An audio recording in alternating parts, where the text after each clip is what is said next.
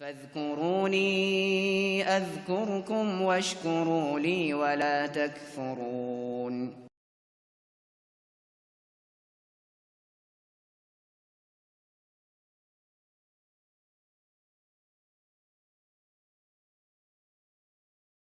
ان الحمد للہ والصلاۃ والسلام علی رسول اللہ.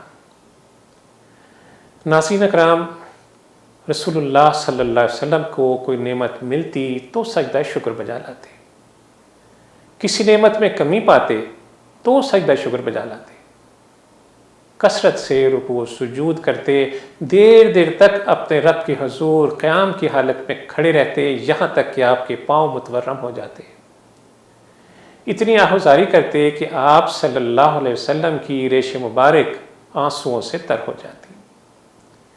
ایک مرتبہ صحابہ کرام رضی اللہ تعالیٰ عنہم اجمعین عرض کرنے لگے کہ یا رسول اللہ صلی اللہ علیہ وسلم، اللہ عز و جل نے تو آپ کی بخشش کا وعدہ فرما لیا ہے، پھر آپ اپنے آپ کو اتنی مشقت میں کیوں ڈالتے ہیں؟ رسول اللہ صلی اللہ علیہ وسلم نے جب یہ سنا تو فرمایا کہ افلا اکون عبدا شکورا، کیا اتنی بڑی بخشش کی نعمت پا کر میں اس کا شکر گزار بندہ نہ بنوں؟ تو ناظرین کرام، رسول اللہ صلی اللہ علیہ وسلم نے کس قدر ہمارے سامنے شکر گزاری کی ایک مثال رکھی، اور اس زمانے کا اور ہم اپنے دور کا اگر موازنہ کریں تو کیا کیا نعمتیں مجھے اور آپ کو حاصل ہیں جن سے ہم روز متمتع ہوتے ہیں. کیا ہم ان نعمتوں پر اپنے رب کا شکر ادا کرتے ہیں؟ اور پھر دیکھیے کہ رسول اللہ صلی اللہ علیہ وسلم نے ہمیں جذبہ شکر پیدا کرنے کے لیے کتنی خوبصورت تعلیم فرمائی.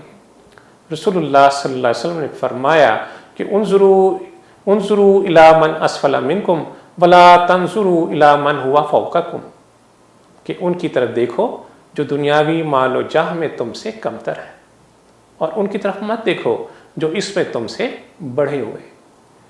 یعنی وہ لوگ جو دنیاوی مال و مرتبہ میں تم سے کمتر ہیں ان کی طرف نگاہ کرو. جب تم ان کی طرف دیکھو گے تو تمہیں اللہ کی نعمتوں کا احساس ہوگا اور تمہارے اندر شکر گزاری کے جذبات پیدا ہو سکیں گے.